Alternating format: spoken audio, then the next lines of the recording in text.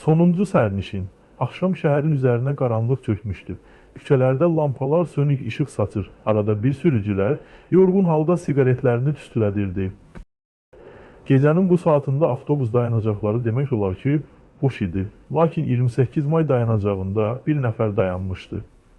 Köhnə palto geyinmiş, əlində köhnə bir çanta tutan, baxışlarında yorğunluq sezilən bir kişi.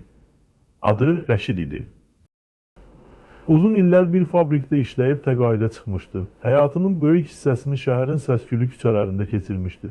Amma bugünkü kimi tənha hiss etdiyi başqa bir gün olmamışdı.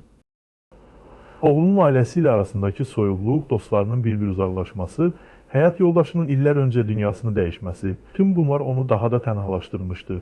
Soyuq külək dayanacağa dolurdu. Axır ki, uzaqdan bir avtobus göründü. Rəşid sevinərək ayağa qalxdı. Avtobusun qapısı açıldı. Sürücü başını çölə çıxarıb soruşdu. Hara gedirsiniz dayı? Rəşid bir anlıq tərəddüd etdi. Hardan gəldiyini bilirdi, amma hara getdiyini özü də bilmirdi. Çantasını bərk-bərk tutub avtobusa mindi. İçəridə bir neçə sərnişin vardı. Biri telefonuna baxır, digər qulaqlıqları taxıb musiqi dinləyirdi. Arxa tərəfdə isə yaşlı bir qadın pəncərəyə baxırdı.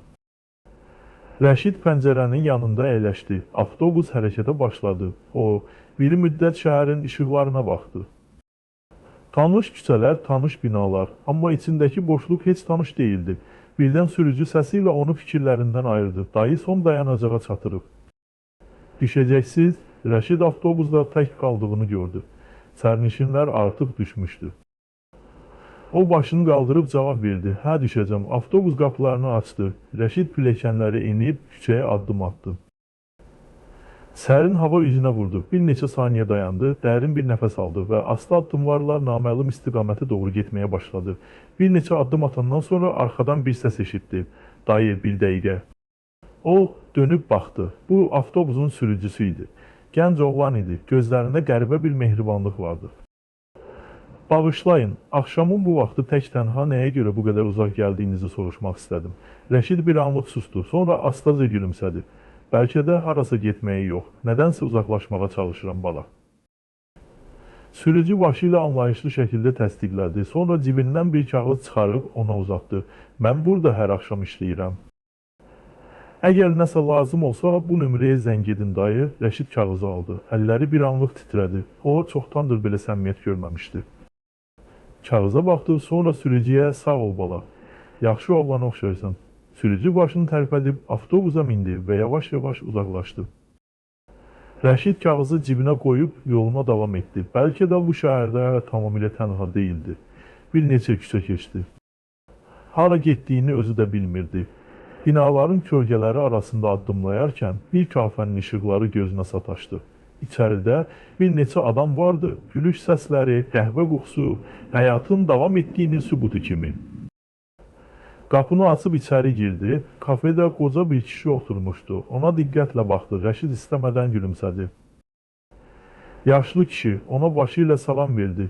Gecənin bu vaxtı yoldaş axtarırsan dostum. Rəşid çiynini çəkdi. Bəlkə də.